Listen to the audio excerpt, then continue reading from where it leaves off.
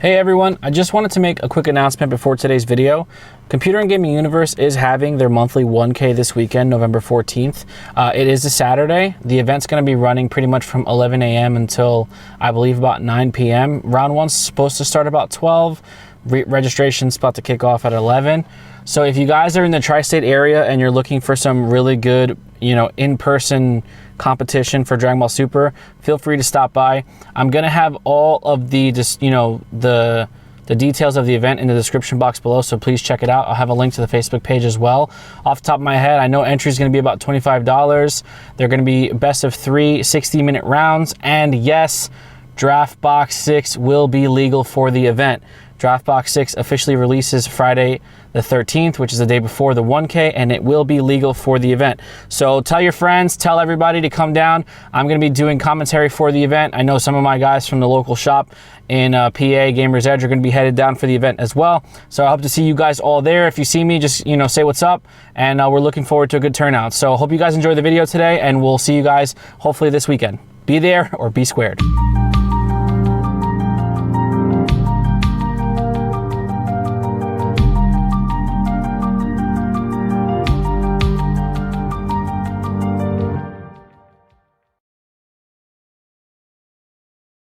What is up, Square Nation? Welcome back to No Counters, No Combos, and today we're back in the battle chamber for our final match in the best of 3 set between Dark Broly and SS4 Gohan. I lost game 2, so I elected for Ansh to go first. He's going to start by charging an SR Broly, giving him that 1 black energy. He's going to go ahead and activate his leader skill, placing cards in the drop area. Off of that, he's going to go ahead and then tap this 1 energy here for Dark Power Black Mass Saiyan, and he's going to go ahead and pass. So I'm going to draw for turn, charge an energy, obviously. We're going to go ahead and swing with the leader, auto burst 3. 1, 2, 3. So I hit a Time Agent Vegeta off the burst, which is why I'm reading the Black Mass Saiyan effect, because the auto will not proc on battle cards that are more than 15k power, because Black Mass Saiyan specifically says 15k or less. So we're going to get a free Time Agent Vegeta off of here. We are going to go ahead and 5k combo to make this attack of 15k to get Boo in the drop area. Ansh is going to take that and go down to 6. We're going to go ahead and tap 1 for the Overrealm here of Elite Descendant.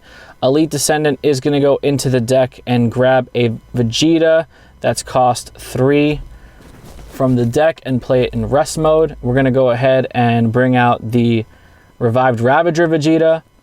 And at this point, I think Black Mass Saiyan does proc because Vegeta was played with a skill. So I am going to have to pitch 2 cards off of that. So let's see here. We're going to go ahead and, opponent cut, shuffle. And we're going to go ahead and swing with Elite Descendant into leader. He's going to go ahead and snap take that. And then we're going to go ahead and swing with Time Agent Vegeta at leader for 19k. He's going to go down to 4. So me not discarding 2 cards is a major misplay on my part. I'm supposed to discard 2 cards at the cost of that Black Mass Saiyan skill. Hopefully it doesn't, mess with the outcome of the game, because I'd feel really bad about something affecting that. But moving forward, obviously we have to know that Black Mass Saiyan does trigger off of battle cards that are played that are 15k or less off of any skill. So I would have had to pitch 2 cards off of that skill there. Ansh is going to go ahead and play his second energy here. He's already at 4 life, so he's in awakening range.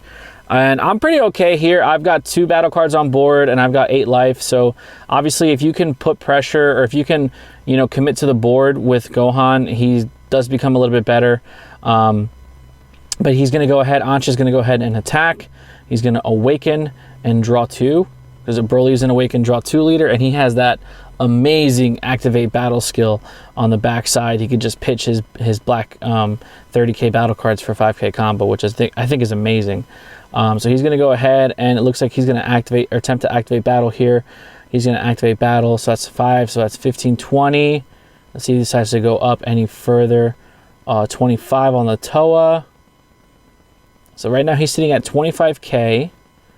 I believe he's attacking my leader. He might be attacking my Vegeta. He's going to go ahead and throw a Paragus at it, so that's 30k. I think he's just facilitating his drop area so he can go ahead and start making plays with the fuel in the drop. So he does go after Revive Ravager, which is pretty smart. I mean, Revive Ravager is a 15k crit, which obviously crit is one of the more lethal keywords in the game. He's going to tap 1 for that Toa. When Toa comes into play, she searches for the Dark Dragon Ball, which allows you to go up into the Broly chain with the 1-drop. The 1-drop and the ball can play a 6-drop from the deck. So either the SR, which pops a card on the board, the rare, which warps 1 from hand and drop, and then the blocker, which is a 30k blocker. So you have a couple choices here. He is going to go ahead and looks like tap 1 here to play that Broly. Let's see if he decides to do that. I think he's going to keep his energy open. He might be able to just activate the skill for free from the drop area, which is exactly what he's going to do. He's going to go ahead and tap the energy for that Broly, bringing him out by warping 3 black battle cards. He is going to do the ball combo going into the deck for an SR Broly. I think you get the SR to pop the Vegeta. Yeah, that makes perfect sense. You pop the Vegeta, he goes to warp regardless, because Vegeta, when he leaves the board as a time agent, he does go to the warp. So it's, you know, it's the same type of removal there, but Dark Broly, his removal does send to the warp regardless. So he's sitting right now on his Black Mass Saiyan and his 30k Broly. He's going to go ahead and activate his leader skill by putting cards from warp to drop to draw a card, which is passive advantage, is always really good. Swing for 30k into my leader. I'm going to gladly take that and go down to 7. I need to get awakened as quickly as possible now because my attacks are not going to be threatening at all. I'm literally just going to be bursting, putting cards in my drop area, and just allowing my opponent to get, you know, essentially more value off of their turns than I would off of mine. So he's going to go ahead and overwhelm for Man on a Mission, which I'll gladly take because I need to awaken, and I'm okay with having cards in my drop area for my overwhelm skills. So now I'm sitting at 5 life, which is kind of tricky. I don't play a lot of Self-Awakeners in the deck, so we're going to go ahead and charge here for our second energy, our Gohan Unison. And as you can see, both turn 1 again in this game, I did not activate the activate main to search the Piccolo. So that's, again, a huge misplay on my part because you need to get that Piccolo out of the deck as soon as possible. We are going to tap 1 for Max Power Kamehameha to get rid of the SR, which is huge. Max Power is a great card in this matchup. That's definitely something that should be in the sideboard. We're going to attack, burst 3, draw 1. And right now my leader's sitting at 10k, so it's not going to pressure anything. I need to get awakened. I need to get this 1 life into my hand and try to awaken this turn. So we are going to go ahead and combo the Supreme Kai to make it a 15, just to try and put some pressure on my opponent. But let's see what happens here. He's actually going to go ahead and take it and go to 3 life. I'm going to go ahead and warp 6 for Secret Identity and warp his 2 battle cards off the board, which is huge in my opinion. Secret Identity is such a great card for spot removal, especially in Dark Broly, because a majority of their cards are 1-drops or 6-drops. So you can either clear their entire board from their little utility weenies, or you can go ahead and clear the big boys off the board. I think Secret Identity is definitely a staple in the sideboard right now, and if you're not playing it, you should probably consider trying to fit a couple cards in there. So actually, I didn't search the Piccolo because I already had it in hand. So we're going to go ahead and uptick him to 2, making him a 15k swing at lead. And his uptick skill is discard 1, draw 1. And he gets plus 5k for every 2 markers that he has on him on your turn.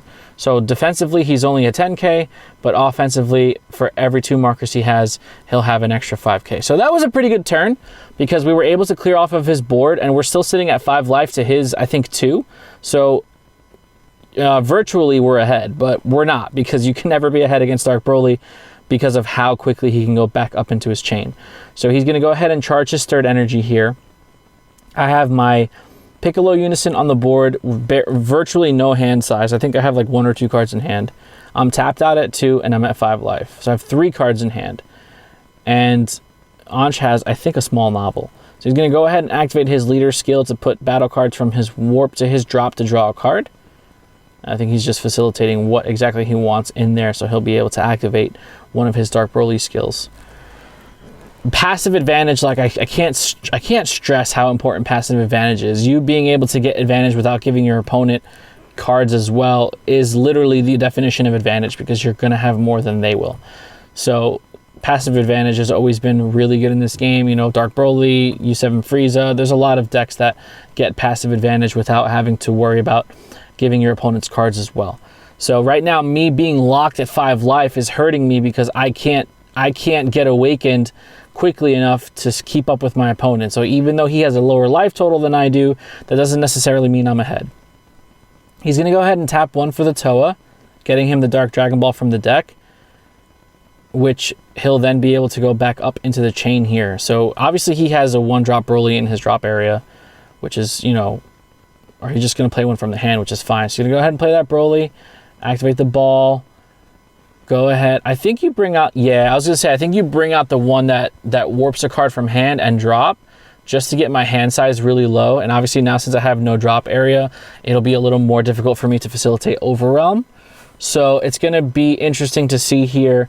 He's got a 30k body on board, and his leader, I mean, Toa can't swing, even though she's 30k. That'd be nice if she could attack, but she can't, because her permanent allows her to, or does not allow her to attack, and that permanent skill cannot be negated in any area. So the only cards you're really swinging with in Dark Broly are the leaders and the Dark Brolys themselves.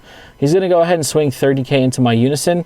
I'm going to down tick to 1, and he's going to go ahead and leader swing into my Unison, and I'm going to get Piccolo off the board there. So again, virtually, he's passing turn, and I'm still at 5 life with no way of self-awakening. So again, you can see how, even though life total is important because that's what gets you to the end game, it's not sometimes as important as being ahead, you know, in card economy. Ansh has a bigger hand than I do, he has a bigger board than I do, and he can actually threaten with his leader while I can't. So I'm going to go ahead and auto attack burst 3. I'm going to get the Vegeta, draw a card. My leader's sitting at 10k, so I really can't do much. And that time agent's going to come in and be really clutch here, because at least now I can pay 2 energy to remove his Toa if I need to. I wish I could remove the Broly, but that'd be a little too busted. So we're going to go ahead and tap 3 for Return from Darkness, which is actually pretty huge in this turn. But he looks like he's going to respond with a Super Kamehameha, which is, I believe, from set 8, counterplay 1 black energy. If your leader is black and your opponent's battle card that's being played is 3 or less, you can send it to the warp instead, which is huge. It's a great counterplay for black. They don't really have a lot of, you know, access to good counterplays. I mean, Rebellion, the jury's still out on Rebellion Hammer. I think it's a good card, but I just don't think it has as many applications as we would like it to. But that Super Kamehameha there for that counterplay was huge, because Revive Ravager, Return from Darkness would have allowed me to put more cards in my drop area, hopefully hitting another time agent, and then having an overwhelm play on top of that. So I'm still sitting at 5 life. I'm now tapped out with a Vegeta on board, and there's nothing more I could do. I mean, Ansh is essentially in control of my fate here. He's gonna determine when I don't awaken, which is not good. Obviously, you want to be able to facilitate your own awakening as efficiently as you possibly can. That's why leaders that have built-in awaken skills are favored, because you can kind of control when you can do that or not. Sometimes your opponent does turtle you out and you can't really do much. So Ansh is going to go ahead and overwhelm for this SS4 Bardock, which is going to warp the remaining 2 cards out of my hand, and he's a 30k dual attacker. This SS4 Bardock is so underrated in my opinion. Warping 2 cards from your opponent's hand in a deck that already has hand control aspects built into it is insane. Like, that's just hefty. And on top of that, he's a 30k dual attack. That's just, so I'm having no hand. Even if I had multiple battle cards, Bardock can essentially just clear them on his own with his 2 swings. So finally he puts me down to 4. I take the life, awaken, untap 1, draw 1. But again, you know, I have no choice but to continue to take life here, because these attacks are so large. He's going to swing at me with another 30k Bardock. It's going to probably put me down to 2, because I only have maybe 3 or 4 cards in hand. So being able to combo out of a 30k swing is not the easiest thing in the world. I am going to, oh, it looks like I do combo out. So that's 25. That's actually 35 exactly, which puts me at no cards in hand. Hopefully that was his last swing. He does still have his leader, which is fine, because that's only 1 damage I'll take. You kind of don't want to go into double strike range, because then you could just throw a Champa and just shotgun everything into the Champa. That's probably why I decided to stay at 3.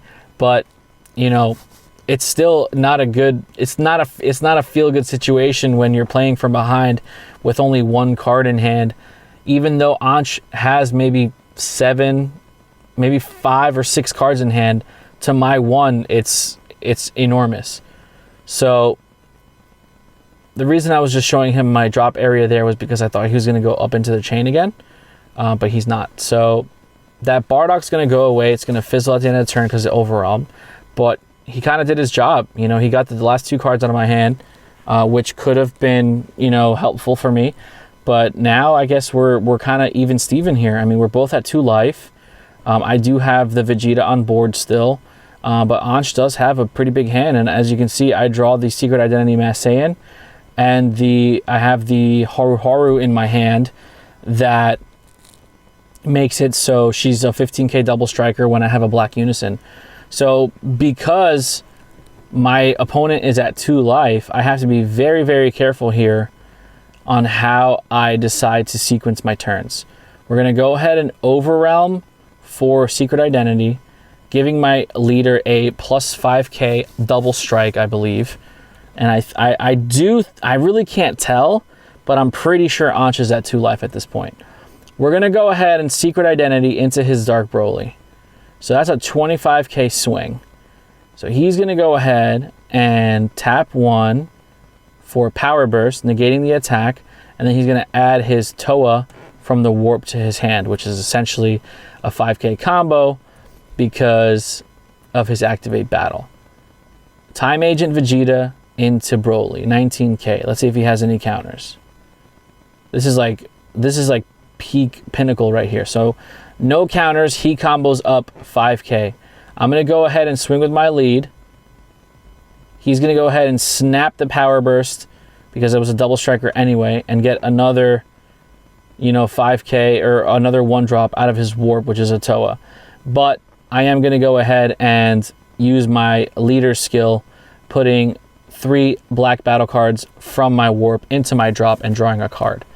Now I do have 3 energy left, but I've already activated my Overrealm skill, and I've already, you know, used my leader swing. So he's got 1 life. I have to try to pressure as much as I possibly can. This might not have been the right play, you know, because it kind of telegraphs you a little bit. He does have a big enough hand, and as you can see when he was shuffling through it, he does have Power Burst there. He is tapped out, but again, it's just one of those things where you kind of are in a desperate situation, and there's really not much you could do. So we're gonna uptick by putting, I think it's like 2 black battle cards that are 20k or more in the drop area. Oh no, that's his -3. So you're just putting 2 black battle cards from the Warp to the drop, just to uptick him. But again, Gohan is only a 5k attacker unless you can -3. So we're going to go ahead and attack his leader. And obviously, he's not going to do anything because he doesn't have to negate. We're going to go ahead and play that Haru Haru. And we're going to swing for 15 double strike. So literally all he needs to do is combo 1 card. This is why it's important to make sure that you stay up on hand advantage throughout the game, and you try not to, you know, overextend your resources, because if I was able to get enough combo power into the Haru Haru, it might have been a situation where I was either to win the game, or it might have been a situation where he comboed all of his cards out of his hand and now he has no follow-up play. So this is a very, very close game 3. It could have went either way. We're both sitting, I'm sitting at 2 life, he's sitting at 1 life. You know, he's going on to 5 energy here, which is a lot for a black leader. He's going to go ahead and looks like Overrealm. Oof. Dark Overrealm for Mira, for Demigra with no hand, triple strike. Yeah, that's GG's. I mean, there's nothing I could do there. There's nothing I can, you know, there's nothing I could do. Even if I did have a hand, he would have been able to pick the battle cards out. So all in all, it wasn't a bad showing for SS4 Gohan. The deck is still a little ways away from being probably a definitive build where you can consistently have good results with it. Shout out to Ansh for piloting the hell out of that Dark Broly deck.